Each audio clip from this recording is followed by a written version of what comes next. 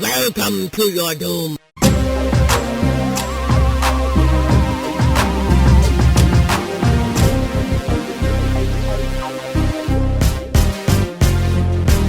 Hello, everyone. This is the Welcome to Your Doom show. My name is Atul. This is Justin Karksole. What's up, man? It's been a little while. Dude, yeah, I know. It's been a little while. It's been crazy busy, but good busy, just busy. Mentally, like I don't know about you. Lately, it's been so busy that like I've cut off so many things that I would like do to keep myself busy. Yeah. Or just do for the fun of it, like video games. Like for instance, I think I told you this. Like I unplugged my PlayStation, both of them. I don't know when the last time I played my PlayStation 3 was, but I just unplugged that shit too. And I'm just like, no, I don't need you anymore. Yeah, I need to be productive. That is a big step to take. I haven't really touched the PlayStation. I finished The Witcher 3, which was a big deal. I think I may have mentioned that on a previous episode. If I didn't, then I'd like to tell everybody that I have in fact finished The Witcher 3, which was the culmination. Let's put this in perspective. I bought The Witcher 3 when it released day one, which was probably 5 or 6 years ago at this point. Yeah. And I don't know if you guys can hear this. It is May 2/4 weekend here in Canada, and our block is very lively with a ton of fireworks going on out there. So you'll probably hear some pops. And being from Scarborough, I don't know how who's listening to this. Probably everyone's from Toronto. I live in Scarborough, so I do feel the need to identify that these are in fact fireworks and not gunshots. I feel like that's allegedly they could be gunshots too. If there is any good time to shoot somebody, it's May 2/4. Yeah. So if you have to shoot somebody, might as well go. Yeah, do it on a day where people are popping fireworks. Yeah, so lots of fireworks going on. It's very festive out there, especially since COVID time. Like this is. Setting off fireworks outside is one of the safest things you can do. Unless you're setting someone on fire or having a fireworks mishap. But and I'm sure we'll have our fair share of those. I'll read about those tomorrow when that all goes down. But the neighborhood is way more lively than I thought it would be. It was going today. It was going yesterday. It was yeah. So yeah, that is the explanation of all of the popping and locking. No, just the popping. There's no Jesus popping Christ, man. Going on. Come on, keep it together. Yeah. No, we've got about the same thing going on here. It was disruptive because they were going on yesterday too. And I was just like, what are you guys doing? Like, stop. It's too early for this. I'm trying to sleep. So I started watching Army of the Dead last night, and I definitely passed out about 20 minutes in. Yeah. And then woke up in the last 20 minutes. Boy. I had to rewatch that whole middle chunk this morning. That's not a whole middle chunk. That's the entire movie. It's pretty much, yeah. That's 2 hours of the movie that you missed. An hour and 40. An hour. No, sorry, an hour and 20. It was what, like a 2-hour movie? No, it's like 2.5 hours. That movie is 2 hours. God damn it, Zack Snyder! Fucking make a concise movie. He cannot. He cannot make a movie that's shorter than 2 hours or 2.5 hours. Yeah, it's sometimes he makes 4-hour movies for the fun of it. Yeah, even when you think he's done. Yeah, he's like hands off the movie. No, he comes back. He's like, I'm gonna make this longer. Yeah, maybe we'll do it. I checked that out last night as well in the midst of all of the fireworks going on. So I actually I was watching the movie with the fireworks going off. Maybe we'll talk about that on another podcast. But it is. I think what I'll say about Army of the Dead is that it's Zack Snyder through and through, and it's just kind of big dumb fun. If you treat it as kind of a cheap knockoff of Aliens, I think you'll have a good time. I think that's my general consensus of that movie. It's trying desperately to be Aliens, in fact ripping some dialogue from the movie and reformatting it for this movie. I'm not sure if he was doing that on purpose. He must have been, because some of this dialogue is very on the nose in terms of like referencing Aliens. I had fun with it. Chuggu did not like it. She was not a fan. She thought it was the dumbest thing she'd ever seen. So there's two perspectives on that. I came out kind of just enjoying the big sort of extravagance and action and some of the cool like gore effects that they had in the movie. Sugar was just not having it. Yeah, Not at I all. was kind of, I feel like I was probably middle of the road of the two of you. I liked some of it, but overall I walked out disappointed and forgetting a lot of it. Right. But Right. it was, I mean, it had its moments, but you know what, that would be a good one to talk about too. So Yeah, I maybe think we'll so. I save. think so. I mean, we're here to talk about another movie that that that we were excited about, that may have similar feelings about. um Mortal Kombat 2021. We are here to talk about this movie, which I was kind of unadulterated excitement is what I had for this movie. I'm like, I knew what I was kind of getting into. I knew when I saw the trailer, I was pretty excited about it, but I Mhm. knew, like, I know that this isn't going to be like a work of art. I knew that. I kind of tempered my expectations, but I still mounted a certain amount of excitement, because as long as my expectations were tempered, I can exude all the excitement I like. I can be very Yes. excited for a very mediocre product. That is a superpower that I have. Um and yeah, and then I saw the movie, and I think it turned out pretty much exactly as mediocre as I thought it was gonna be. You know, But yeah, uh, what are your yeah, general thoughts? about the same, in a Yeah. sense, to maybe a little less positive. I Everything that was good about the movie was, maybe not everything, yeah, everything was either in the trailer or in the first 7 minutes they released before the movie got released. Yeah. All the good action pieces were in there that were in the trailers. That opening 7 minutes of the movie, which is filmed beautifully. Oh, yeah, it's great. And what is it? Hero, what is, oh my god, And he's in Army of the Dead as Hiroyuki. well. Yeah, he Yeah. is. Hiroyuki Sanada. The Um, connecting tissue. It's all coming together. yeah, dude. And anyways, I thought the cinematography was beautiful. Like, it looked like a very different movie than a Mortal Kombat film. When I first saw those first 7 minutes, Right. I was blown Right. away. And there was something that I mentioned to you. I don't know if you caught this, that kind of, I thought was a very interesting thing. I don't see a lot of movies where you've got um different different Asian, I guess, races, Yeah. Yeah. whereby Yeah. you've got I forgot, Bihan is Sub-Zero. Sub-Zero's character I is always used to call him Baihan. Baihan. I know, I did too. I didn't Maybe this realize it is was a Bihan Ra's al Ghul thing, and the versus movie just Raz. screwed it up. Yeah.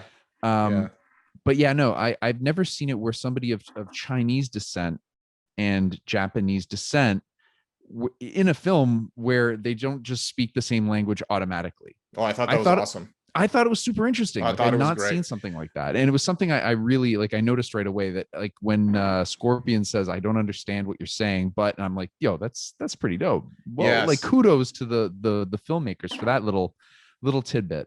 Yeah. Um, I totally agree with you. When I saw that, I'm like, thank you for that, because that's there's a certain amount of cultural I don't know, you can call Awareness. it cultural awareness, cultural Yeah, detail there, where they could have easily made them speak the same language if they sure. wanted to, but it's an extra layer of, I mean, uh, based on Mortal Kombat, it's an extra layer of kind of reality, Yeah, cultural reality, sort of sure. on top, that makes it a little more effective. Although I do find it funny that they cannot understand each other, but it's clear that they just need to kill each other. Like, They there's no speak question. fists. Yeah. The language of You fisting. know, what it is they could hear the announcer go Yeah. fight, and they Yeah. knew Yeah. exactly what was up. We That's right. couldn't, but that's what they knew what was going on. That's right. And then when it all when their epic fight at the beginning concluded and Raiden showed up, I thought that also looked beautiful too. Yeah. And then the baby Yeah. still around it. It was a great way to start the film. And then you get the film, Yeah. Oh yeah, you do. which is just 90 minutes of waiting for the good characters to come back and do what they were just doing. Oh man. Yeah, that's a good way to sum this up. I mean, it's sprinkled. There's a sprinkling of fun stuff in there, and we'll touch on that in a moment when we Yeah. get into the plot. But But yeah, no, I'm mostly on the same page with you. I would say everything I really, really loved about this movie was paired with something that was truly awful. Like it was just a hand-in-hand pairing that in the end they all kind of just canceled each other out. And I walked out of that being like, you know, stuff I liked, stuff I didn't like, and I ended up kind of just, medium heat on this on this. Right. I am excited to see it, where they'll go. But it's just too bad that it didn't go to those places the first time around. But if you're ready, we can jump into the plot. Sure. Cool with that. Let's do it. I actually wanted to ask you first. Do you know in MKX, MK11, actually all the MK games, they're very well known, well known for their characters, but they're known for their backgrounds as well. Like I think the backgrounds in the game are like another character. Yeah. Do you remember that that really, really great, intricately detailed background of like the inside of a rundown trailer park? Do you remember that from the games? No, Neither do I. This is Mortal Kombat 2021. You got me. I knew you were setting me up and you got me. Well done. Well done, sir. That was very well. I'm very impressed. I knew that was a long going, lead up. That was a good lead up, though. I was like, is this really? Wait, which one? I thought you were going to go with the woods, and no, you got me good. Man. So and that will come back as a recurring criticism for me, is that the places we end up in this movie are just not places I want to be ever. Very much like similar way I felt with with Green Lantern, where you're just like, well, I'm in places I just don't want to be for this entire movie. But let's start at the beginning. You already touched on it. The intro of this movie, basically a short film. Yes. In and of itself. Yep. Encapsulated in both, the way it's shot and the atmosphere it builds up, and the emotion, even though it's manipulative. Yes. Like the whole thing is manipulative. It's like, okay, father loses their family. It's a very sort of tried, tested, and we're not breaking any new ground here in terms of like drama or whatever, but it's Mortal Kombat. No, except other people. Right.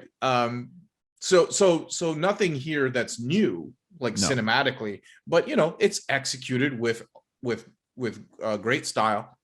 I really do like the scene where oh my God, why have I forgotten? What's Scorpion's name? Oh, Hanzo Hasashi. Hanzo. When Hanzo basically grabs like a garden tool. Yeah, isn't that what this is? And he ties a rope to it and just murks some people. And that's a great scene. I've watched it more than once. I did not watch the 7-minute preview before the film. So when I watched the movie, this was the first time I had seen that scene, other than the clips of it in the trailer. And it was great. I'm like, this is wonderful. Yep. And him, you already called out him and Bihan speaking different languages, which I thought was a really nice touch. And I actually really do like the moment where Bihan meets and ultimately kills Hanzo's family. I thought that scene was really cool and really well executed, and just like a little disturbing. Yes. In his approach. And exactly how he does it. So everything here. Yeah, it was very cool. tense. The family stuff was very tense. He was, I'd say that Sub-Zero was almost more of a force of nature, or like some sort of a horror movie villain than just like, a fighter from the Mortal Kombat universe. He transcended that. With even just the look in his eyes, the way that the ice would slowly creep up and do wherever he was going, it would just slowly crawl. Like you're driving somewhere on a cold day and it's slowly creeping up on your windshield. I love that. Yes. And I've really got to take my hats off to, or my hats. All of your hats? All of them. You shouldn't take them all off. Hat. Don't take them all off. No, my hair is messy. The what's it called? The actor that played his wife. I don't know her name. She was wonderful. Yeah, no, she was very convincing. You're right. Very Yeah. convincing, Yeah. trying to keep her composure while Sub-Zero is basically menacing them, Yeah. while at the same time cracking and showing that she's terrified, but still, Yeah. again, you see her trying to keep that composure. I thought it was such a good scene. Like everything about those first 7+ minutes up until the point where Raiden, I guess, grabs the kid is the best part of the film for me. Easily. It's not even close. Yeah. Not even close. So. What so Scorpion, and forgive me, I'm blanking on a lot of stuff I shouldn't be blanking on. That's fine. I just want to let everybody know I don't have any notes for this. I am uncharacteristically unprepared for this podcast, but we wanted to go ahead and do it anyway and keep it sort of light on the prep. Loosey-goosey. Yeah, a little loosey-goosey. Yeah, I mean, a little loosey-goosey never hurt anybody. I don't think, but so Bihan is part of the Lin Kuei. Yes. And Scorpion is part of the Ooh. We're gonna lose our nerd cards here. No, we'll get I'll get it. I'll get it. Shiroryu. Shiroryu. Yes. Shiro. Who gives a shit? What are you trying to say? Shiroryu. Anyway, what I'm trying to say is that they didn't really hint at Scorpion doesn't know who Bihan is. No. And he doesn't look to know who the Lin Kuei are. I thought he did. But to your point, I think I know where you're going with this. Is they did not make that a big thing. Yeah. It was kind of just the Bihan murdering his family being the problem, and it wasn't like a turf war.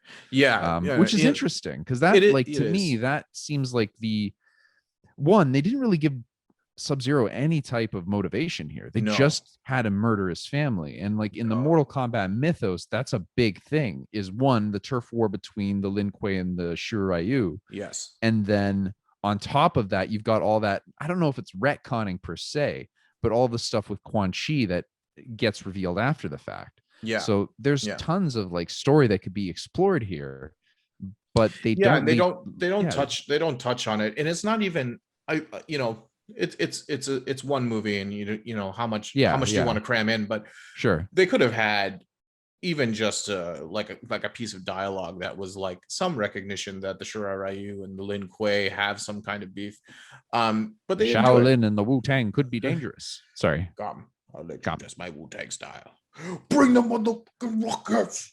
Anyway, so with the Lin Kuei and the Wu-Tang and the Shiroryu, I just think that they could have thrown something in here, and maybe that's something that they're saving for another movie. Maybe, but I don't think they needed it. Yeah, I didn't miss it. I missed it as a fan of the whole series. I don't think that the narrative needed that in a movie that was already too long for the material that they put on screen. I feel like they should like, if they wanted to spend more time on fleshing things out, there are a lot of logistics about this whole Mortal Kombat thing that they could have fleshed out a little bit more. Sure. Yeah. I mean, and let's attempt to take a closer look at what they try to do here, because this movie opens with a bang, and then we are immediately introduced to the wet dish rag that is our main character, Cole Young.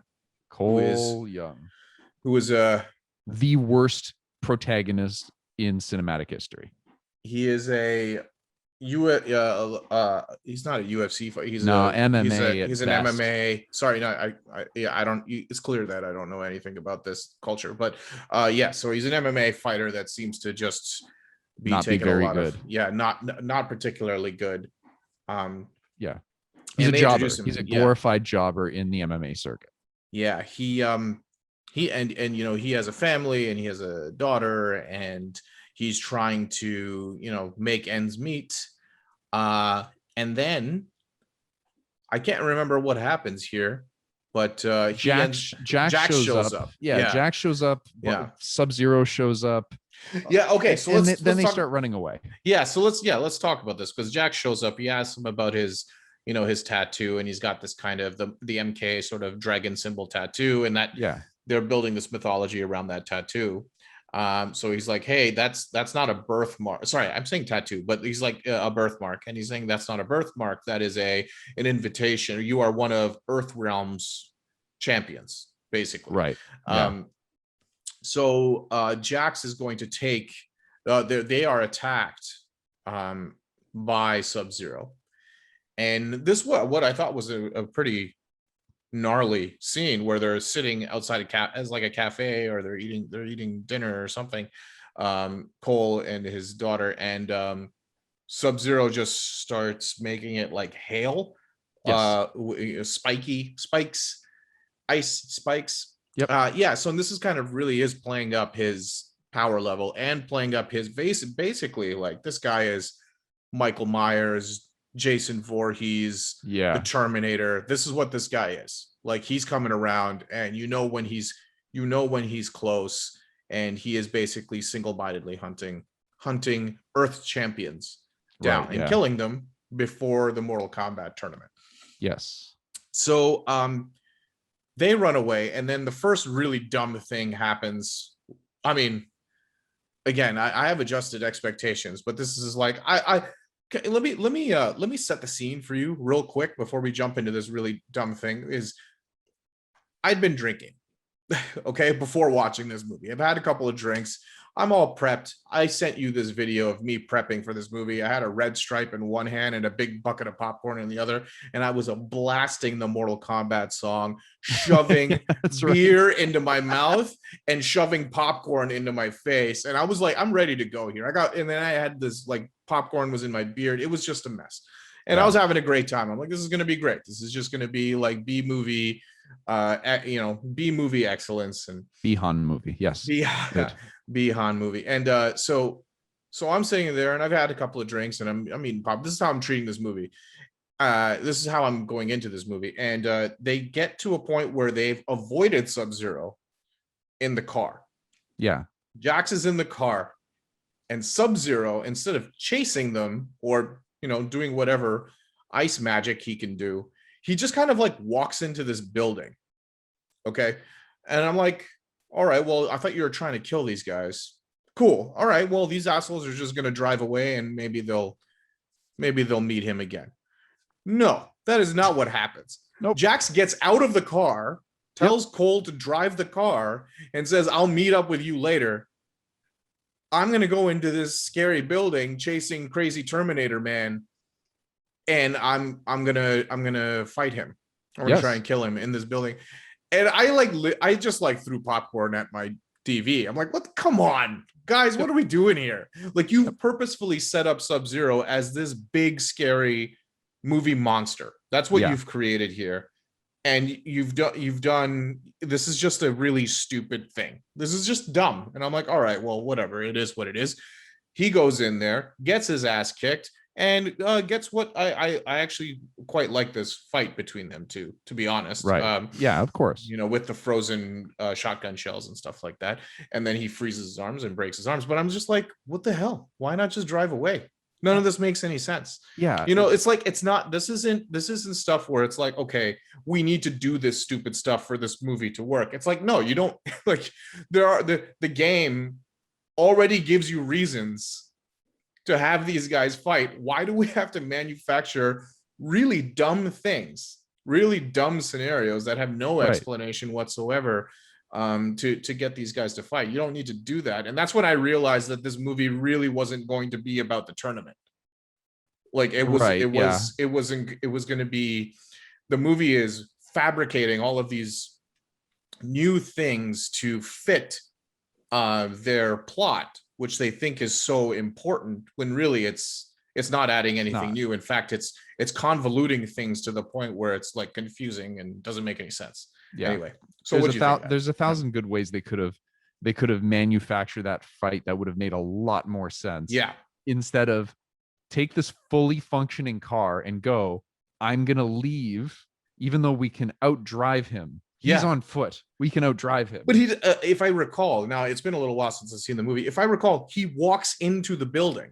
Like, he doesn't even chase them. And He doesn't And I even go, remind like, you, come on. I, he just goes in the building. he just goes in the building. So and What an asshole. do I need to remind these, like, do we need to remind these characters, you were just gunning it, running away from this guy.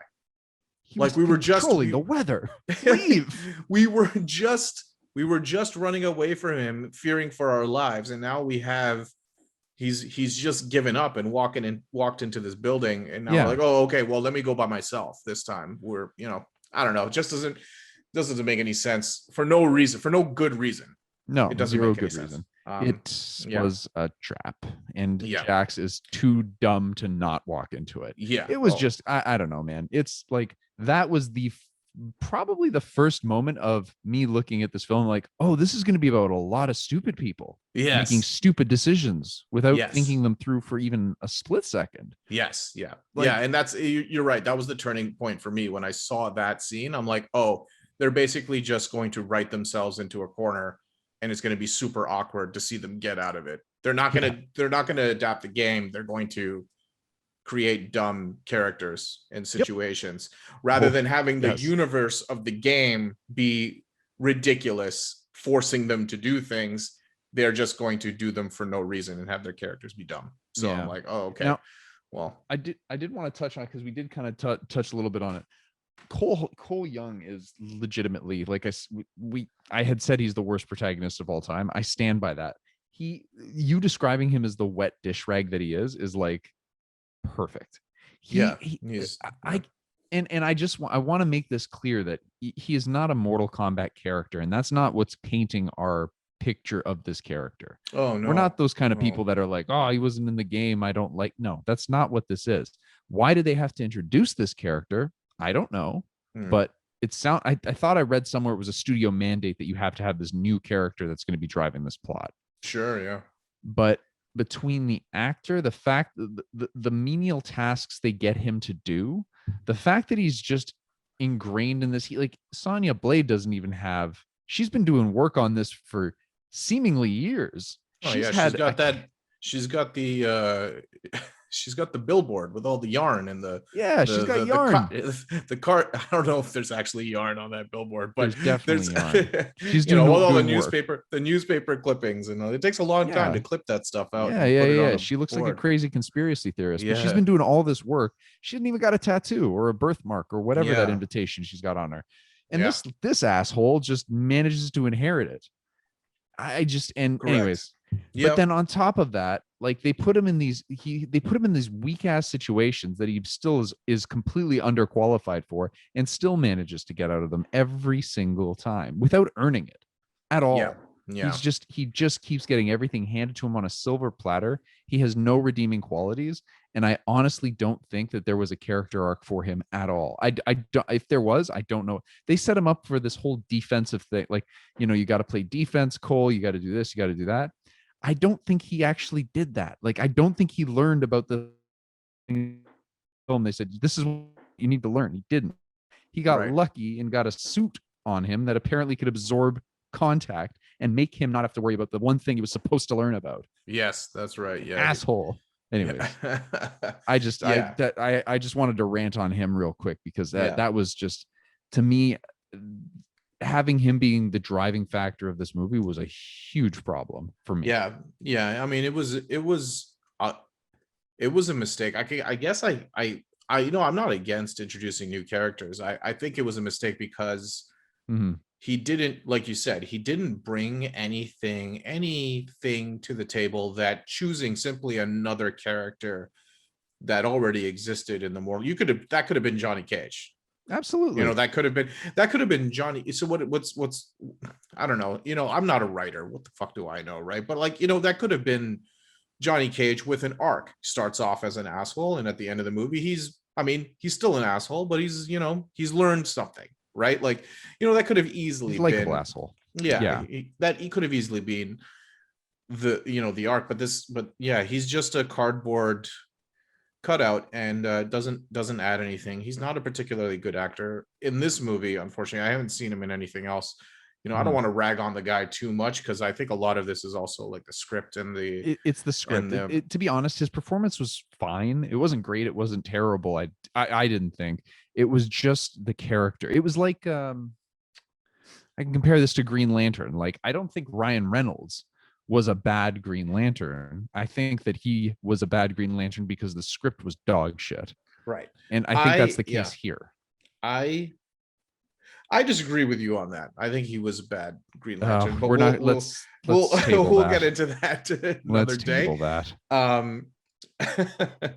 But yes, I agree with you. So Jax gets left for dead, I guess, in this building. Yeah. And Cole goes to visit Sonya, and Sonya's done all this work to figure out what this birthmark is and what Mortal Kombat is, and you get a lot of I think here there might be an Easter egg or two. There's a few, on the board. You kind of reference the other games and things. Yeah.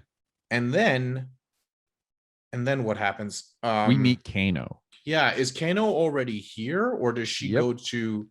She's already caught him. Yeah, she's got him caught. Yes, just chained up to a chair. Yes, just chilling. Yes, and all right. Let's talk about Kano for a second. Yes, I don't know the actor's name offhand. Mm-hmm. I'll look it up while you talk.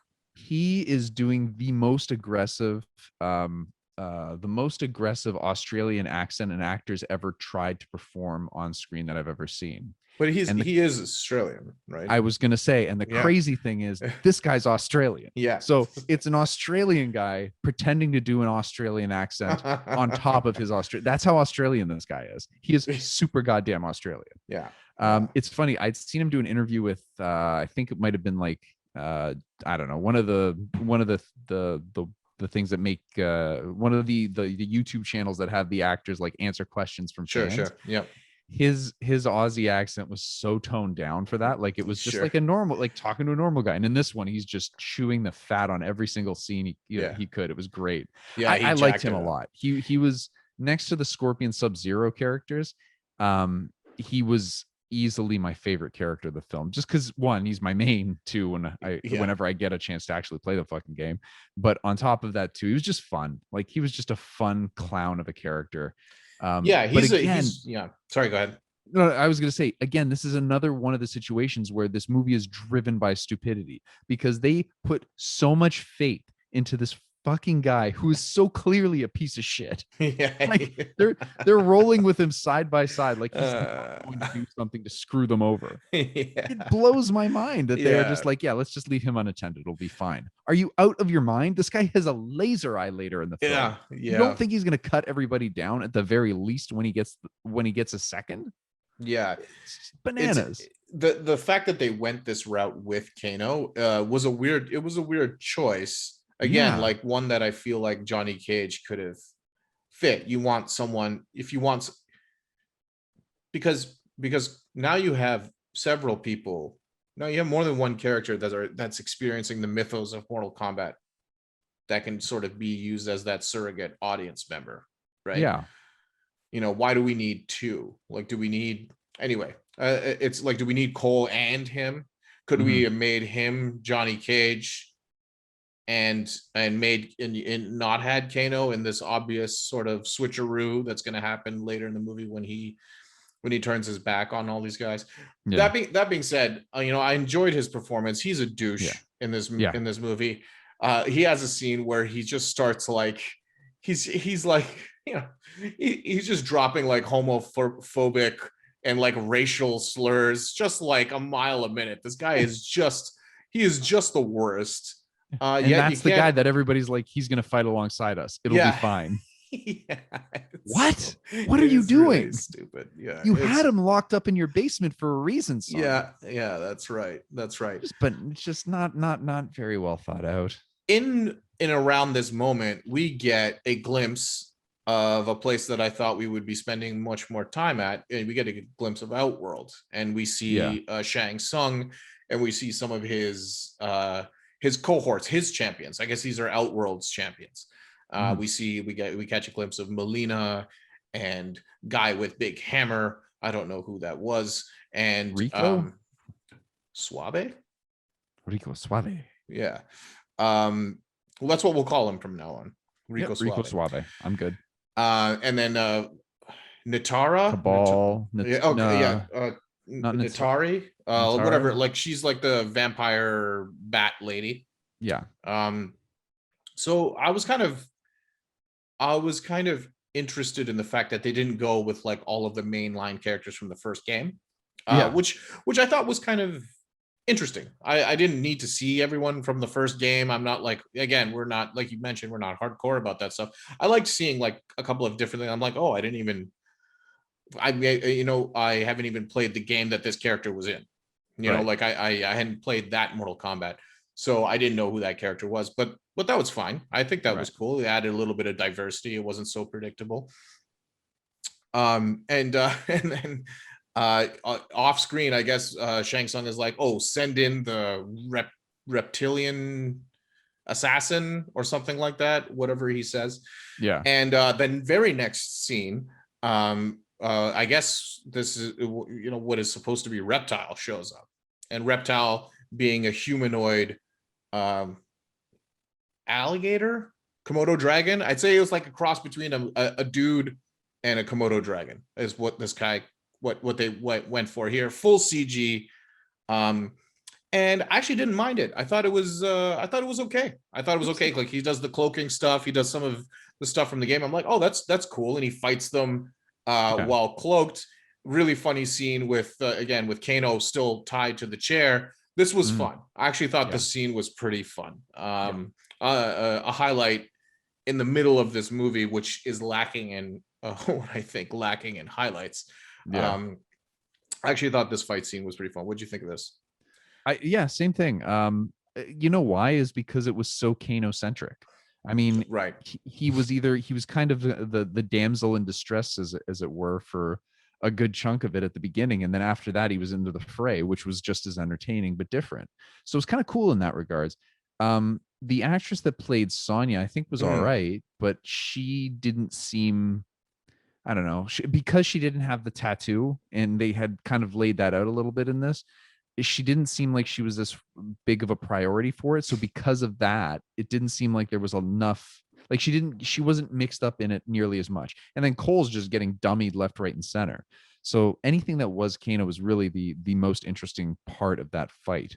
What did they do to make him visible? Did they burn him? I think they burned him, lit him on fire or something. They shot him with a flare. That's what it was. Yeah, the flare was burning on him. And so they could see where he went, and then he decloaks. And then I don't know what happens at the end of this scene, but suddenly Reptile is made of like wet cardboard, and Kano managed to rip his heart out. I don't understand how that happens or how he could suddenly do that, but he does it, and he rips his heart out. And that's Kano's finisher from the first Mortal Kombat game, and it's fun to watch. But that's the kind of dumb I was looking for. Yeah, like that's the kind of dumb I was expecting. Suddenly this guy is able to rip this other creature's heart out of his chest for no good reason. I'm like, that is something I am okay with.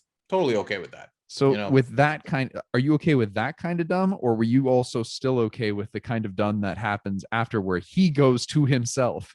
Kano wins. Yeah, fucking beauty. Like, yeah. I like the second part of that line. I think is hilarious. Yeah, that's like, great. That's fucking fine. Beauty.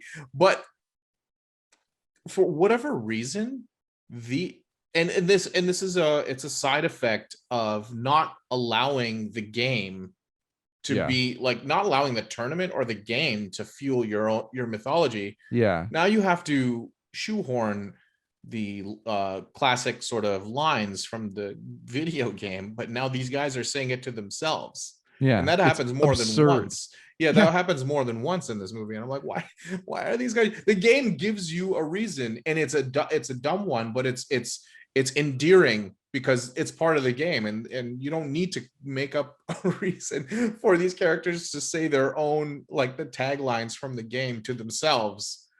Like, why are we playing this? Why are we doing this? Like, why are you guys making this so awkward? I know. It's so goddamn stupid. I think the main point here is that scene, the whole So what the other thing I was really confused about, I guess it's dug into the ground, is this facility that is in her trailer. Like I was so confused. I was like, how big is this fucking trailer? They're going around Just twists a and fucking turns. don't worry about that, because Justin, you know what? I Yeah. mean, I'd like to go to Outworld and spend some time in Outworld, but when we go to Outworld, we see a moment, but we really just have to get back to this trailer. We got to get back to the trailer park, man. Yeah, We we can't do. stay in Outworld. We got to No. get back to the trailer park. So don't worry, we'll be back here. And then we'll be at a barn, which yeah. is really fun too. When we have all of these other realms to explore, we'll be at a farm Yeah. with a barn. That'll be fun. Inside of the trailer park. These are all great settings for Mortal Kombat games. Yeah.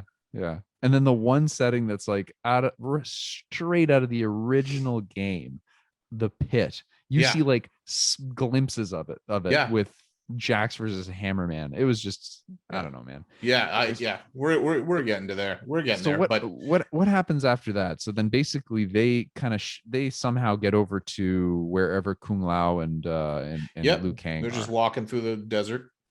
Yep, So, just walking. just How did walking. he get to the desert? Do you remember? Was it wasn't Raiden that brought him there? No, it wasn't. Because they're trying to find Raiden's temple. Yeah. And I don't know how they get out there. Doesn't really matter. No, it doesn't. Yeah, so they use the sky bridge. Yeah. Space bridge. Whatever. I don't know. Whatever Kang's, they used in Transformers 2.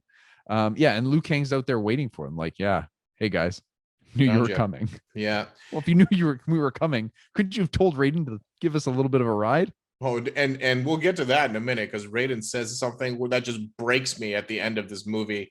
But we'll come back to shit. Yeah, we'll come back to that. It's on the level of the in Transformers. It's like, why this fucking human character's got to run around all over the place when these Autobots transform into cars. You transform into a car, and this little human asshole has got to run through a war zone, and you can transform into a car. Why don't you just anyway? We're getting to that wonderful piece of logic later. But so Liu Kang sees them, and then they get to Raiden's temple, and Raiden's there. What do you think of Raiden? Just like character design, I think actor, he looked wonderful, man. I really good. Yeah, I really liked his character design, the costume, everything about him.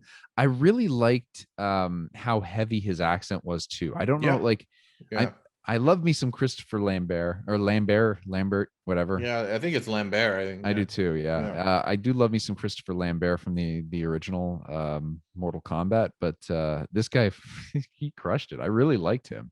And then, given that he drops a little humor later in the film that you mentioned, even though it enraged me, I also kind of was a little endearing. I don't know why. He's just he's just a nice fella. I feel like I've seen him in other stuff too. So when I saw him, I'm like, I recognize this guy and I recognize his voice. The voice is the big thing. And like, where do I see him? So one interesting little tidbit. He's Hogan. Hulk Hogan?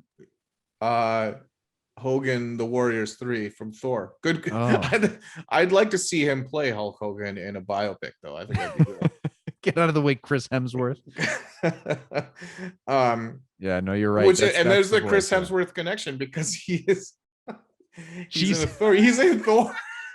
It's all coming together, baby. All coming together. Yeah. But he was also in another movie. It was one of the first Blu-rays I ever bought when I got my PlayStation 3, and I was really excited about watching HD content. It's a movie called I can't remember the name. Mongol.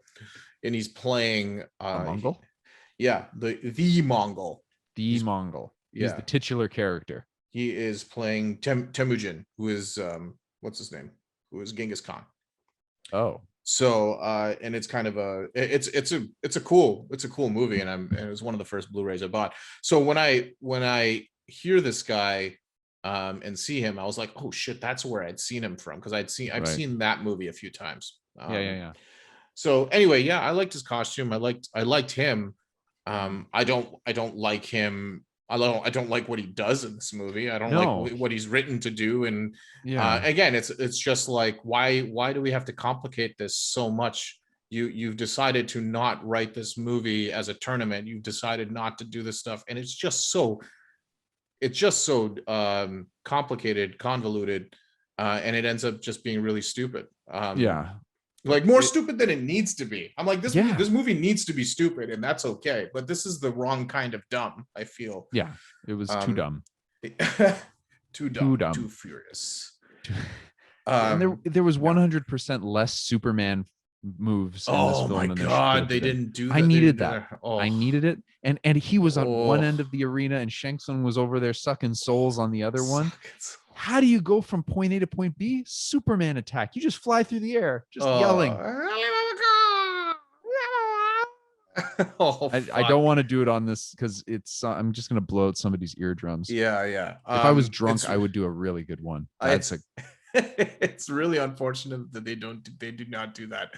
I'm just picturing it in my head, and it's both like wildly entertaining and like hilarious. I think it would be amazing.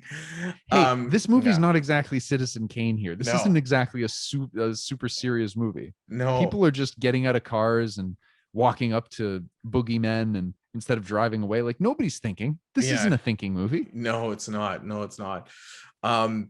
Right. So they get to Raiden's temple, and then we find out all of this mythology that they're building. They made a choice on this movie, and I've thought about this, and I'm like, it's a reasonable one. I think this is kind of one of the more reasonable choices where it's like, how do we, like, they're basically sitting in the writer's room and be like, okay, in this game, we don't have to explain how someone with a laser eye can beat a 4-armed 8-foot 9-foot tall beast. I don't have to explain that because like when somebody kicks somebody in Mortal Kombat, they go flying. It doesn't matter. It doesn't matter how big or small you are. It is what it is. You don't have to explain that. In this movie, you kind of have to throw something that way just to get the audience on board. So what they decide to do is something called the Arcana. I think if I'm remembering this right, basically it just becomes like a Power Rangers movie where they try to basically, if you have the birthmark, you have an Arcana that you basically want to unlock your superpower. Right. Essentially. Correct. I thought this was weird only because some people's superpowers were like cybernetics and kind of science-based. But then I sort of let that go, and I'm like, I'll take it. I'll take this. That's okay. I don't mind. When Jax unlocks his Arcana, he gets giant metal arms, like cyber arms. Yeah. That's okay. When Kano unlocks his Arcana, he gets to shoot laser beams out of one of his eyes. Yeah, sure. Why not? So I was kind of like okay with that. What did you make of this Arcana mythology thing? I thought it was actually pretty brilliant. One thing that always irked me with the first two Mortal Kombats was that the characters never really had any kind of. You didn't see not super kick, the shadow kick. You didn't see Liu Kang's fireball really until the very end, and it just came out of nowhere. Like there wasn't any of that cool shit that you'd seen in the game that you wanted to see on the film. And in this one, not only did they do it, but they gave you a pretty good reason as to why they would do it. Yeah, this is a reasonable choice. In a movie full of stupid, this was actually a pretty brilliant choice. Yeah, maybe brilliant's a strong word, but yeah. No, I agree. I think it's a good way to introduce, and now you kind of open things up and you can do whatever you want, right? Yeah, exactly. It's funny. I just feel like Kung Lao's Arcana, and like it was his, what did he just get a hat? It's like, but he teleports later. So like people's Arcanas are like kind of fucking all over the place, right? Like they're ill-defined. Yeah, they could be whatever they need them to be. So they're all doing this training session, and they have some of these inside jokes where, Kano's training with like Liu Kang or whatever, and he keeps sweeping him. Yeah. And it's like a cheese move from like one of the earlier Mortal Kombat games where all people used to do was like low kick everyone to death, basically. So that was kind of funny. Here's my beef with these action scenes in the middle of this movie. They have a ton of coverage. They must have like 12 cameras rolling on these guys when they're fighting, because a lot of these actors are martial artists and they're very good at what they do. The problem is they edit the shit out of these fight scenes, and I don't know why. They're Right. not editing them to hide anything. They're editing from close up to wide angle, and it's clearly the same shot, the same actors, the same session, like, or same take, maybe, like while they're doing it. And for whatever reason, they're just hyper editing these. Like, what?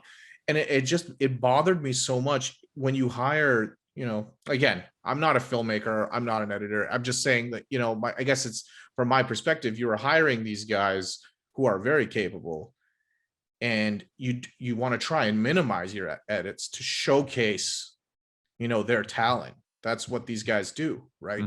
And they edit like they edited like crazy, and it's really, and they edit from really close to like these crazy wide angle shots. I don't know if you noticed this, but it was really stood out to me, and I was like, why are you doing that?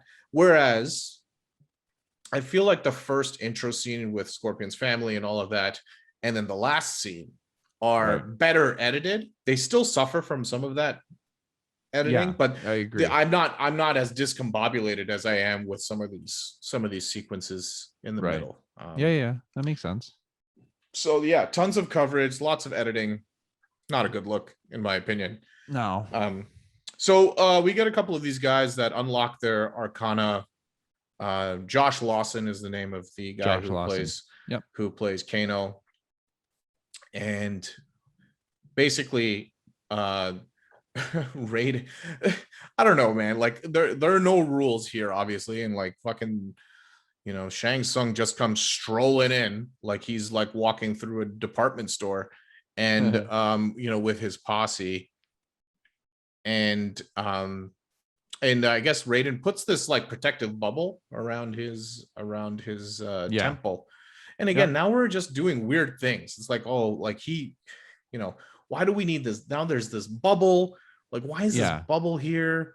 Like, why was he able to just walk in? Are there rules? If there are rules, how are they all just being broken with no repercussions? It's all just really random. And I mean, like, you could say, you could talk a lot of shit about the first movie, and it's not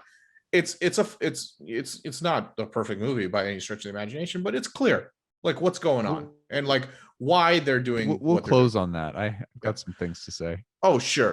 But no, I agree. I think that the bubble thing was like, it just seemed a way to delay it, to get these training montages with whatever moments to explain the arcana and all of that crap. But like, again, it could have been done. It just didn't seem like the right direction to go. Like, it just seems so heavy handed and it's like, it's like the writers writing themselves into a corner, being like, okay, now how do we stop them from getting in? Oh, just put a bubble around it. I'm like, okay, well, how do we get Jax and Scorpion to fight? Oh, just have Jax follow him into a building. It's like, there's no thought being put into this. You're right. Yeah. At all. And I can't really remember what happens here in the middle, but Jax is recovered and he gets these little funny chicken arms, which I thought were just hilarious. I thought it was just so funny to see Jax with these tiny little chicken arms. And what ends up happening? Kano gets his arcana and becomes an even bigger asshole than he already was. Yeah, and he lets everyone in. Yeah. He destroys the thing that's keeping everything up. Raiden's staff. He destroys his staff, and the bubble opens up, and we get our next big sort of action sequence, which is everyone sort of pairing off and fighting. And Cabal shows up. Great costume. I like great Cabal's costume. He's my favorite of the villains. Yeah, and I loved his really like heavy. What is that? Like a Brooklyn accent he was sporting. I think so. Really heavy accent. But yeah, in his arcana, obviously he's like fast, really very fast. But this scene gives me great pleasure because Kung Lao, I think, is my favorite. It was the character I was the most excited to see in this movie. Yeah. I love the way Kung Lao looks. I love the hat. I love some of the stuff they do with the hat. In particular, this fatality is one of my favorites in the movie, but it's also one of my favorites from the game, where he throws his hat onto the ground and it turns into like a circular saw.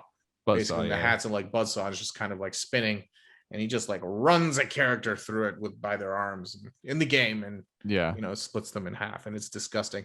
And Yeah. here in Natari, the vampire bat lady, Mhm. he basically jumps on top of her and like kind of just like forces her into the hat, and they fucking do the whole thing, and he's just screaming, blood's getting on his face, he's just like shoving her through there, and I'm like, this is fucking great. That's exactly what I wanted. And then they he gets his soul sucked by Shang Tsung, and I was like, that is just lame.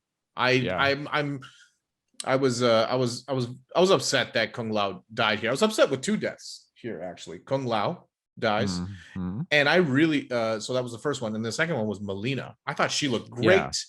She looked amazing. I thought some of the effects on her were great, with the extended mouth, with the teeth, everything. Her mannerisms, her line delivery was perfect, and she dies in this movie as well. And I'm just like, why are you guys getting rid of all these characters so early? Like, these are top notch.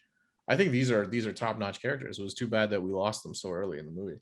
I would theorize Kung Lao, they wrote themselves an out to bring him back. If you saw when the soul was getting sucked, there was that little green, it almost looked like a gem going in. Like there was like a point in his soul that was being sucked down that was it was distinct from everything else that was in that soul effect. I could see them saying, oh, you can turn the soul, and that's the point. That's kind of the, I don't know, the MacGuffin to be able to do that. No, okay. But yeah, Maybe, again, it's just either way, like it seemed like either if that is how they are going to play it down the road, it seems stupid. And then if it's not, it also seems stupid to write out such an important character as Kung Lao without giving him anything really important to do. Yeah. I mean, he didn't do anything. He did the best fatality in the movie, and that was basically it. Yeah. It's true. Yeah. Yeah. So I don't know. I just it's disappointing the way they used it. Cabal was actually, like I said, he was one of my favorite of the villains. I liked the speed effect a lot, but yeah, his costume was really good. Yeah, I thought that was fun. I was really surprised. I didn't even know he was in the film, to be honest. So I did like Cabal as well. And then we get this scene from this may have happened before, but we get this scene from Outworld where Shang Tsung, again, we get this glimpse of Outworld where Shang Tsung's like, oh, welcome Prince Goro, and blah blah blah, and it was like, okay, and then we cut away from Goro, and Cole, his Arcana doesn't manifest, so he leaves. Raiden teleports him back to his home, and there are Shang Tsung sends Goro to kill Cole, right? And how they do this, and again, there are no rules here. So this Goro just appears in a barn, and they have this barn fight, which again is another wonderful stage from Mortal Kombat, wonderfully elaborate, creative stage from Mortal Kombat. They have this fight, and Goro himself, yes, I was like, I'm always going to prefer the balls that first movie had to make Goro a practical effect. The fact that, like, when I look at Goro from the first Mortal Kombat movie, my heart is just filled with joy. That shit just makes me so happy that he's a practical effect. This one, I don't think he looks bad. I think he's lost some of his charm. And he just kind of, when you do a full CGI character, I feel like there is a sameness for a lot of movies. I feel like they can all blur together and look the same. Whereas Goro from the first Mortal Kombat movie, completely practical effect, looks a little cheesy sometimes, but man, I really just enjoy that stuff. So I'm kind of like, I'm medium warm on Goro. He doesn't really talk in this movie. He doesn't say much. He also gets taken out like a punk. So they didn't really treat Goro, isn't really the threat that the first Mortal Kombat movie makes him out to be, or the game makes him out to be. I guess he gets dispatched by Johnny Cage in the first Mortal Kombat movie, but that's a huge deal. And you get to see Johnny Cage's splits punch to the nuts. I mean, like, it's a big showcase moment. Not only that, I mean, they made him more of a threat. They gave him something to do. They made him more than just a thug. They gave him kind of an air of royalty, and he actually had some lines. I thought it was well done in the original. Yeah, one. he had lines. He actually kills another contestant. Yeah, right. Exactly. He kills somebody. So like they've built up the fact that this is the guy to beat. Right, like this is your boss level, and it wasn't like Johnny Cage managed to do it easily. He like, ran he ran and managed to throw him off of a cliff. Like it wasn't like he managed to best him one-on-one. Correct. Once Cole Young's powers manifested, it was completely one-sided. Goro didn't have a shot. He kept hitting him, and everything was just bouncing off of him basically, or being absorbed by his suit, which goes back to my earlier point. And like, he didn't learn anything. He just is the same asshole, but now he can take more punishment. So to me, that's just, it's cheap. And then on top of that, he disposes of arguably the biggest threat in Mortal Kombat history. Yeah. Before retcons or before expanded universe or whatever, without just any reason, it wasn't earned. It wasn't earned at all. And also, like, when I was growing up on Mortal Kombat, Malibu Comics actually had a couple of comic book series that were coming out around that time. There was actually a run called I think it was called Goro, Prince of Pain, and it actually showed how much of an intelligent creature and how what's the best word I could use to describe him, how poised he is. Like, he's obviously a very brutish looking character, and once he's in battle, he's a monster. He's a force to be reckoned with. But outside of that, that's not who he is. He's a little bit more methodical. He's smart. He's calculated, and I like that. And you don't even get a sliver of that in this. I wouldn't say that you got all of that. No, he doesn't speak. Yeah. I wouldn't say you got all of that from the first movie, but you got enough to think maybe that's there. In this, you get nothing. And I was so disappointed by that.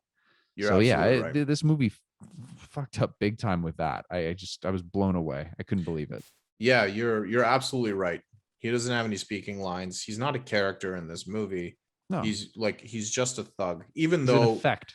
Yeah, he's in effect, even though, Shang Tsung welcomes him as Prince Goro. Why is it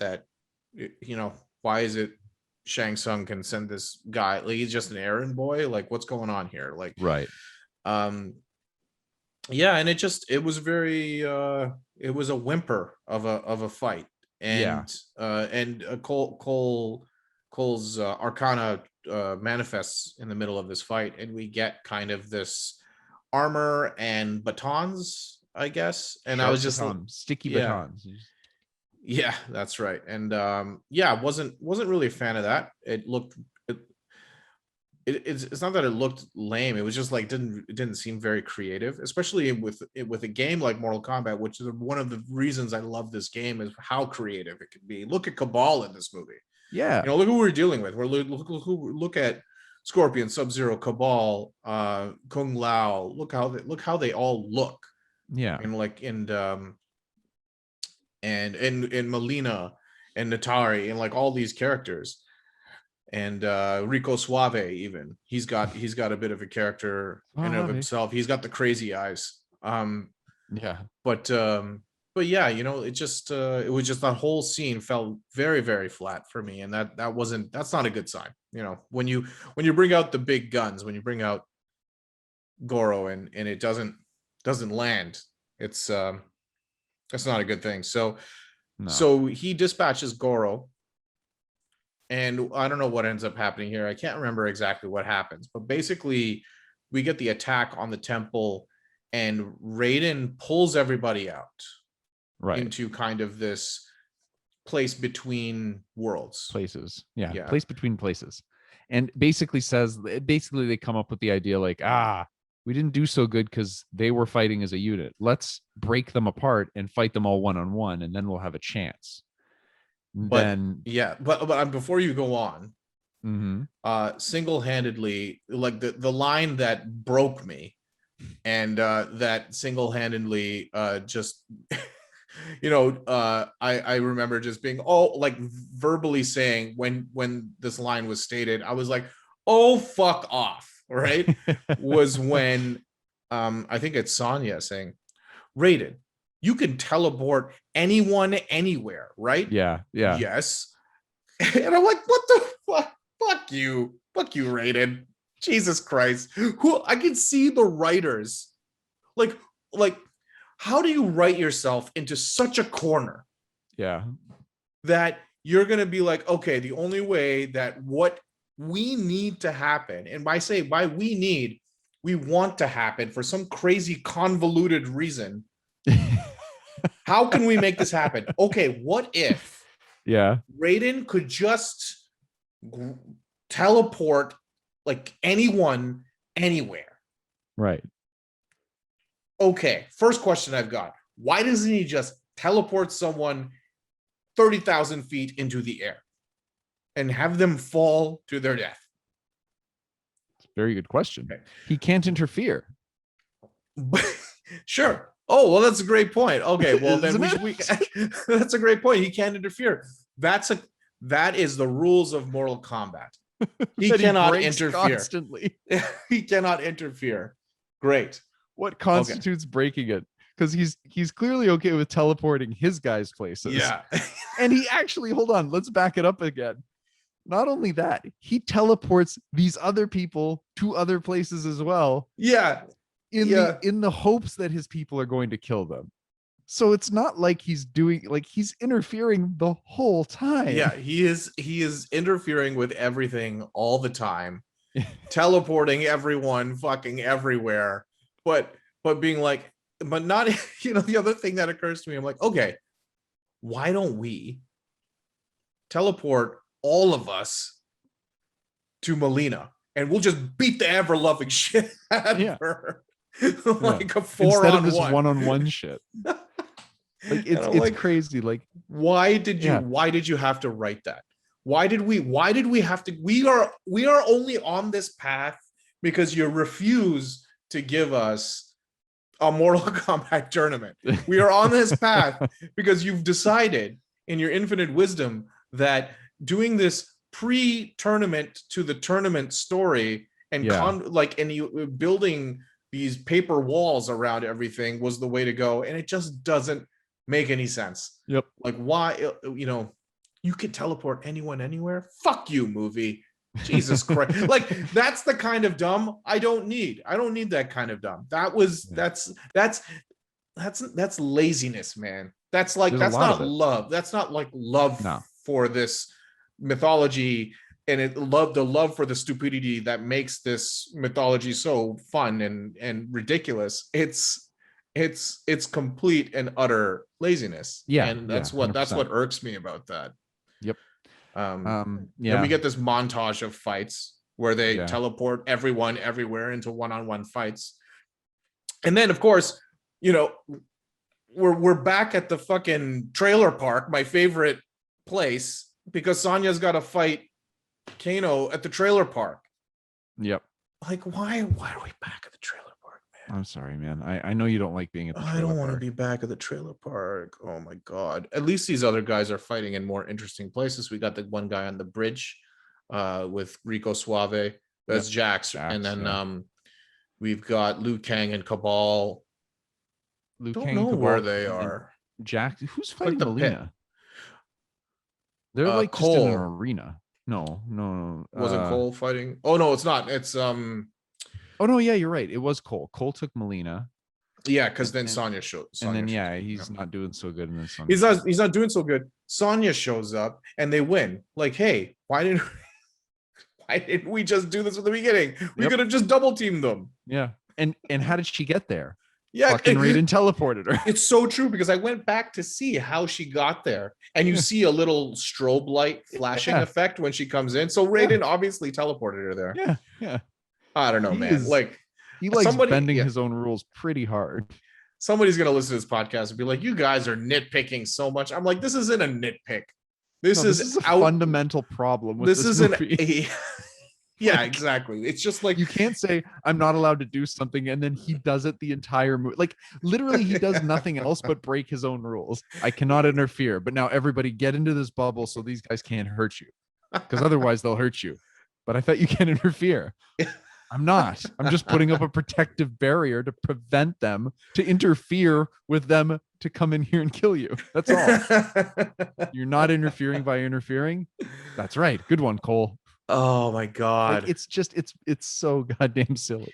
I got flashbacks of like Pet Cemetery from the Sonya Kano fight, because she's like, I don't know, she's in like crazy trap doors in her in her trailer park thing, in her Yeah. trailer.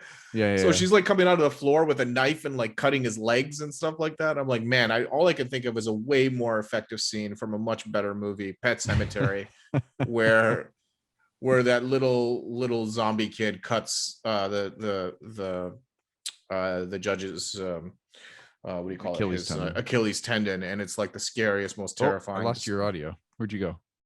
Well, Oh, there you go. technical difficulties. No, you're good now.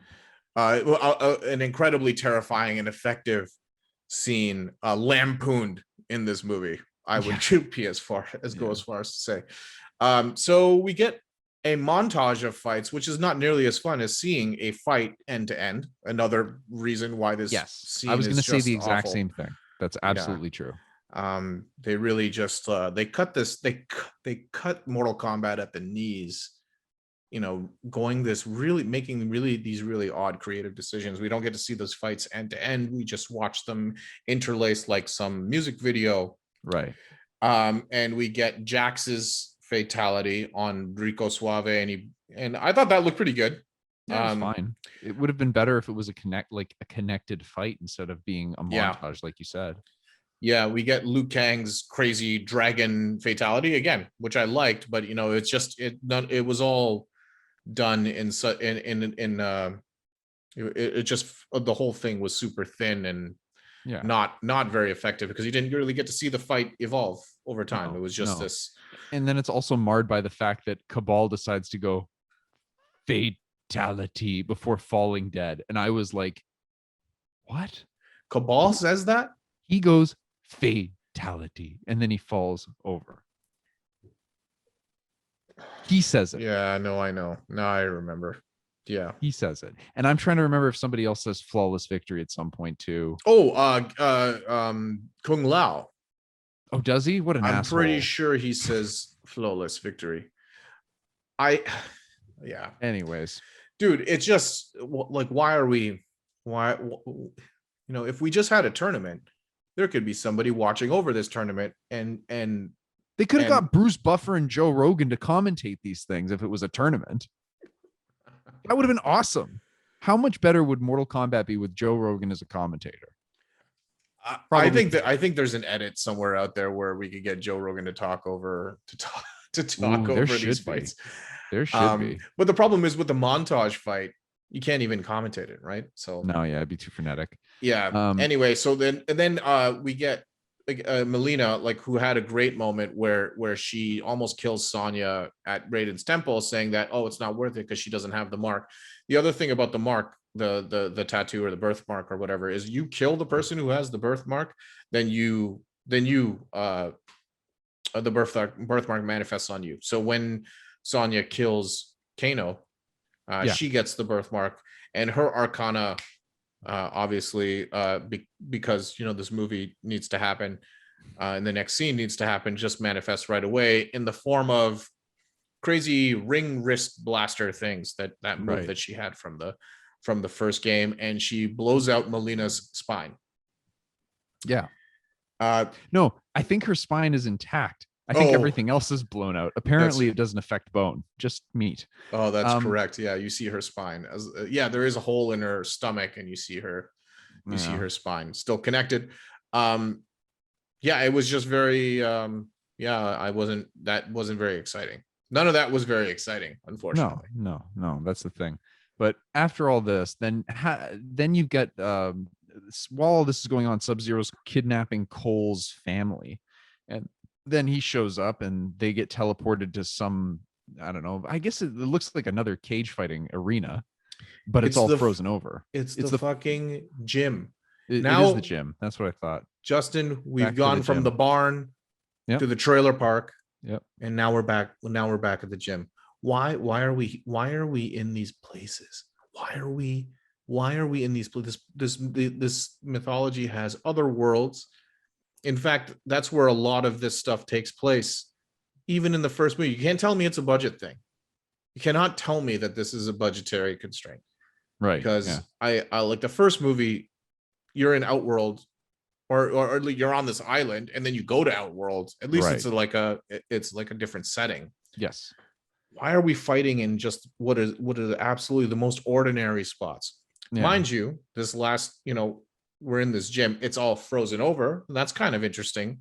Yeah. So, I might give that a pass, but it's still a gym. Like, why are we? The DMV was booked, so they had to go back to the gym. The library was booked. Sorry, we had to go to the fucking gym. Oh, God. And then you get kind of a boring ass fight. And then you finally get the payoff that we've all been waiting for, is the same footage that we saw in the trailers in this fight, because that's essentially what happened. It was, I mean, most of the fight that we had seen between Sub-Zero and Scorpion, the real Scorpion, I guess you could say, a lot of that footage was in, or at least a lot of the interesting footage was actually in the trailer. Yes. And then you also get the added quote unquote benefit of Cole and Scorpion double teaming Sub-Zero, which makes it an even less interesting fight to me. Like, I mean, if Cole is involved, it's less interesting. Yeah. Just get him out of here. Like, when he's doing his little boxing thing to get his family out of the ice. Yeah. I'm like, just keep him there. Yeah, I don't care. I just don't want him anywhere near this. And the reason that is the moment that Sub-Zero shows up, because he and I don't even understand why or how he shows up. And again, maybe I don't really care, because that moment when he's like, it's Hanzo's blade, he says Hanzo's blade, and then he gets the blade through his shoulder or his hand or something like that. And at this moment, we get the orchestral Mortal Kombat theme. Right. And he says, get over here, and pulls. Just as I'm explaining this to you, I'm getting goosebumps, because they nailed, for all the shit I'm giving this movie, okay? Yeah. They fucking nailed this scene. Yes. And they nailed this fight. In my opinion, they nailed this fight. This scene is so good, and the payoff is so good. Yeah. It's so good.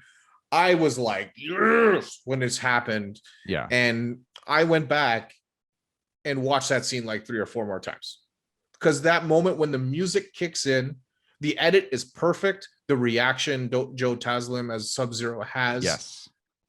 Just his eyes, like how surprised he is. And then Scorpion pulling him over, and then the ensuing fight, which is very creative. Yeah. Which is, it's the kind of creativity you don't see in any of the other fights. No. Like, why is it? Why isn't this level of creativity and attention to detail put into any of the other fights? This fight should be, the amount of creativity here should be in every other place. Every other fight should have this level of creativity, because it's fantastic. The only one I would argue had that was the one with Jax. It was shorter, but at least there was more flair and style to it. And again, that's one that you see from the start to the end. You mean with Sub-Zero? Yeah, with Jackson Sub-Zero. Yeah. You're not cutting between different scenes, and it's not this crazy like disconnected thing. It's start to end. Let's focus on these, and they did a good job with it. And then that's the same thing that they did here, and it worked. Other than that, every other one, like you said, being as disconnected as it was, you couldn't spend time to be able to notice any of the creative stuff, if there was any. And I don't think there was. It was all just kind of let's get through this. I like the reptile one, and I thought that was fun. And that's another one. The same thing. Yeah, that was fun. But the level of creativity with Scorpion and Sub-Zero, it's like everything else seems so throwaway. And when I watch that fight, I really just see what could have been, like what this movie could have been. and it's really unfortunate. But I'm all, but you know, I'm the glasses half full kind of guy. I really love that we have this scene, and like I Yeah. said, I watched it 3 or 4 more times. So I'm like, that shit was perfect. It gives me goosebumps every when I see him. I think when he says "get over here," it sounds great. The look in his Yeah. eyes are great. The mask, the costumes, the choreography, splendid. Spot Anytime spot on. Cole is involved in this fight, I Get I was off. like, Go get away. away, go away, Yeah. go Yeah. away. But yeah, so they have a lot of like great moments. He does the ice wall thing, kicks him through the ice wall, um, you know, stabs him, freezes his blood, creates a knife, and stabs him again, or whatever, you know, like all of that, just like wonderful creative stuff. It was I know. very, very cool. And the sword fight, he makes the ice sword, and Hanzo has his katanas, and then they do their thing there, and it's all just really great and made me happy. And I'm like, that's it, that's all it takes. It doesn't take much. You know, I'm not a, you know, I've liked some dumb shit in my time, right? Yeah. It doesn't take much to make me happy for a Mortal Kombat movie. Just that. Just me, you Yep. know what? That's You want to fair. make a 85-minute movie that has 3 or 4 scenes that are like that, strung together by a menial plot that says that everybody has to fight in this tournament. That's all you need. You don't Yeah. need you don't You're need not more than asking the that. world. No, no. You know, but you know, it is what it is, I suppose. Fun scene. And anyway, anything more for you to say on that? Sorry, I Yeah. talked a I mean, lot on this one, but it's I fine. really did like this. As we were talking about it, I realized that, you know, the guy that gave you would probably consider it the fact that the guy that gave Cole that Hanzo's blade was kind of interfering in things, wouldn't you say? Who was it that gave it to him? Oh yeah, fucking Raiden. Again, he's like, here, take this. You might need it. Wink, wink. Like, but I can't interfere. The guy that owned this blade might, but I can't interfere. All right, thanks, buddy. Yeah, Yeah. he's kind of a piece of shit. And And then yeah. yeah, Sorry, go go ahead. ahead. Go ahead. I was gonna say, and then after they finally dispatch Sub-Zero, he comes in. What does he do? He teleports. Doesn't he teleport Shang Tsung away? Who, Raiden?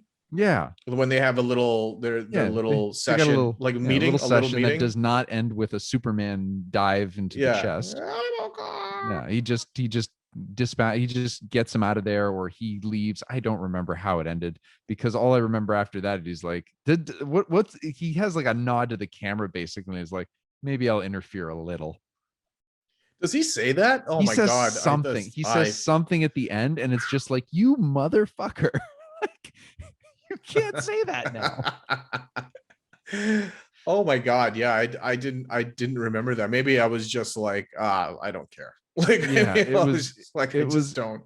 yeah, he said something. Yeah, that's what it was. Because I think he teleported Shang Tsung away, and then Cole said something to him. He's like, you know, I can do a little, and I'm like, you didn't just do a little. You basically broke the rules through. You broke the rules arguably more than Shang Tsung did. Man. You should just like teleport him like into a cement wall. Yeah, Or like, you know, into the or the have you ever seen sun. just just right into the center of the sun. Like, this is where you belong now.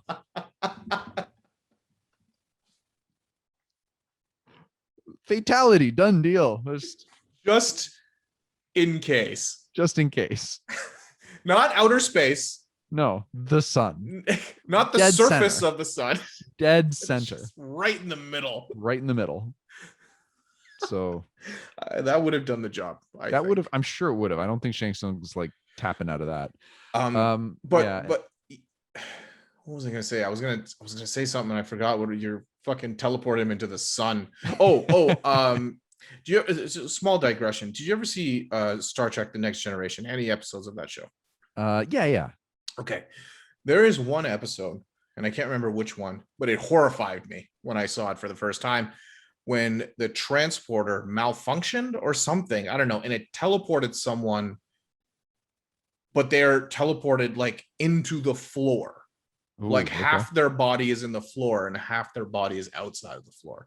And I'm like, and it was just like, I was like, oh my God, like how painful that must be, and slowly dying because, you know, there's floor where your intestines are supposed to be. And it's like, Oh, I mean, we could have easily done that, but teleporting Shang Tsung to the center of the sun would also work. So yeah, doesn't make any sense. Then we get some fan service about going to see Johnny Cage, and then I think that's the end of the movie, isn't it? Missing anything? No, yeah, he says we're gonna go get Johnny Cage. That's basically it. I don't know. I don't think there was anything else. Yeah, I'm gonna buy this movie when it comes out on UHD. For the beginning and the end, and maybe the reptile fight was fun. But yeah, I think that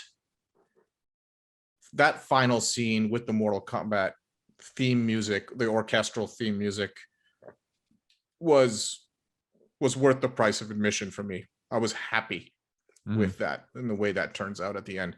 Zero explanation of the fact that Scorpion goes to hell, comes back, then teleports away again. Like nobody, in the end, who cares? Because it's a well executed fight with a great payoff moment. I'm not going to question that. Right. Yeah. So that's Mortal Kombat 2021. Now, I want to say this. In watching this movie, I didn't watch the whole film, but I touched on the first Mortal Kombat. And I realized something that might be, I don't know, it might be a wild opinion. Of the 3 Mortal Kombat films we've gotten, Mortal Kombat Annihilation stands at the top. And here's why. The first one does not hold up nearly as well as you'd like to think. Nostalgia aside, and even included, like it's just you're watching it and you're just like, this movie is not as good as I remember it. This movie was disappointing in that I think that at least myself, I want to say I had tempered expectations, but they were higher than I think that this came out of. So I came out of this disappointed.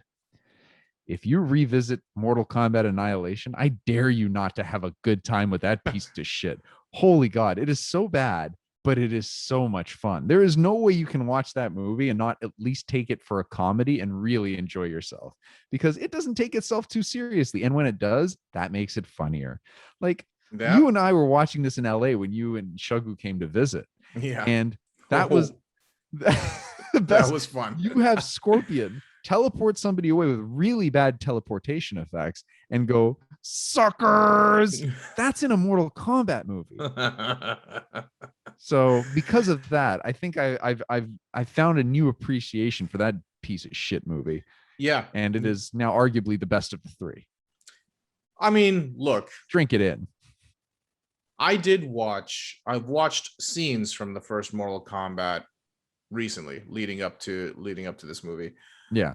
When we say it doesn't hold up, okay, here's what I think. I think that the movie is simpler. I think that the movie isn't so convoluted and characters are doing such like ridiculous things. I think there's a sense of humor about the first movie. Yes. That I feel like is not present here in this reboot. Yeah. I think there are fights you get to see from the beginning to the end. Yes. I think that the Scorpion Johnny Cage fight is actually pretty good. How they decided to make the creative decisions that they made on that movie made sense. Like they didn't, it didn't seem forced. The whole thing, it seems like they were having a good time making this movie and making it like the game. Whereas this one, they feel like, no, we cannot do that. We have to make this complex, and we can't just do a movie with a tournament and people fighting each other because nobody's going to want to watch. I don't know what their reasons are around it, but Annihilation is a fun movie to watch. I think it will remain a fun movie to watch for many, many years to come. And I can't doubt that. This movie, I don't think will have the life. Well, this movie being Mortal Kombat 2021, I don't think it'll have the life that Annihilation has. Annihilation will outlive Mortal Kombat 2021.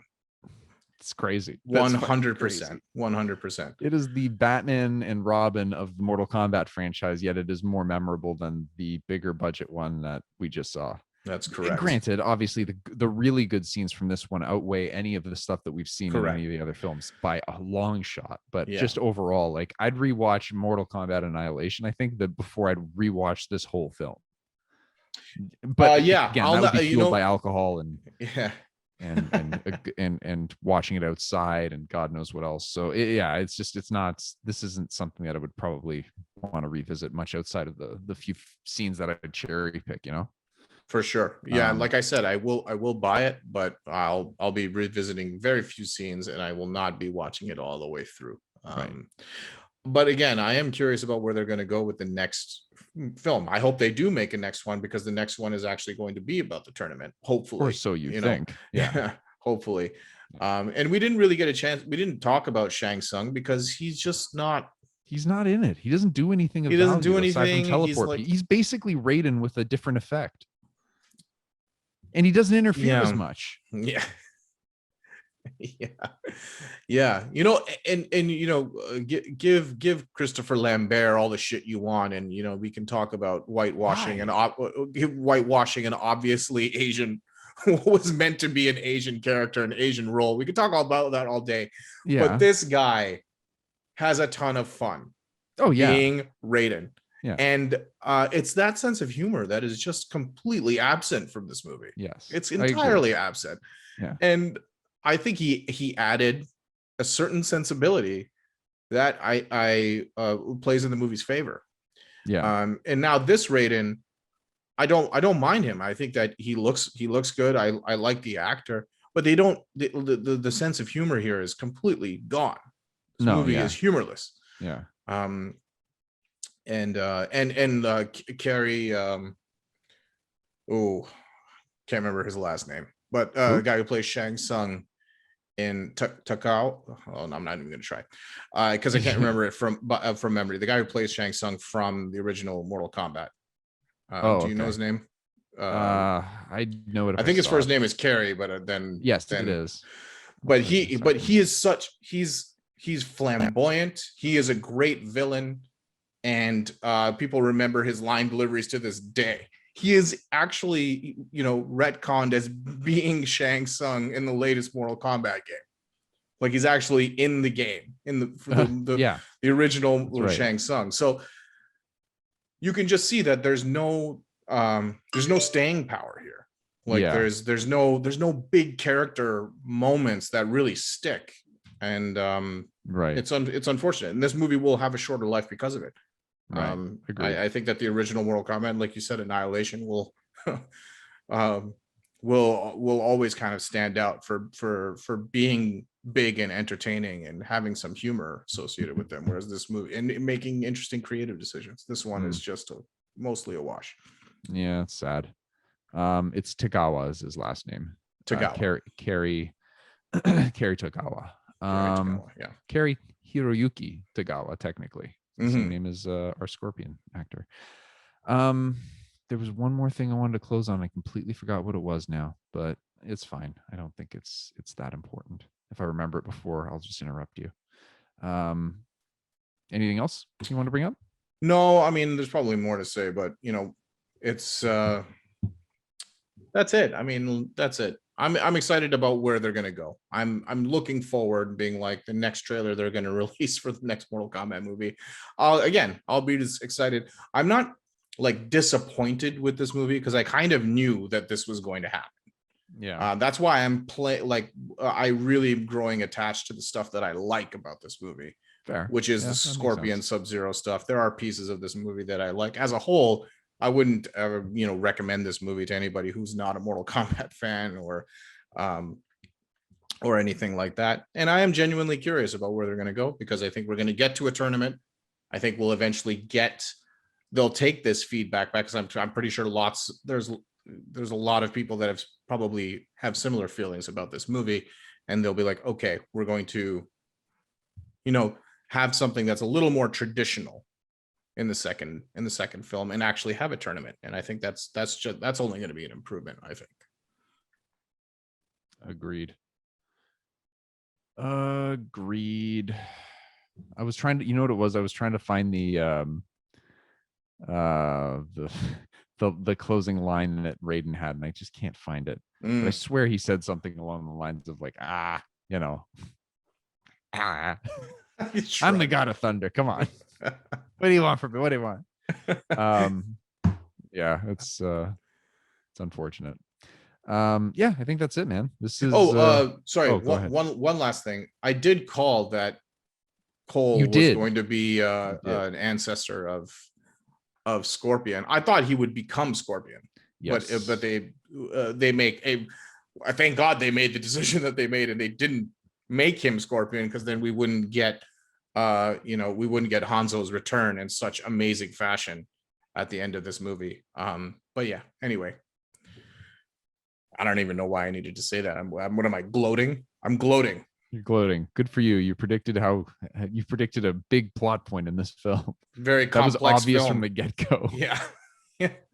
Like it was after the first, like as soon as Raiden took the baby, which again, kind of interfering, he took the baby away, and I was like, God damn it, that's gonna be Cole. Atul was right. Yeah. But that was before I didn't realize I didn't like him. Yeah. Yeah. Fuck that guy. All right, I think we can call it there. Yeah, same. All right, well, thank you everybody for watching. If you're checking us out on YouTube or listening, this has been Justin. This has been Atul. All right, take care, guys. Peace out. See you next time. Bye. Drums.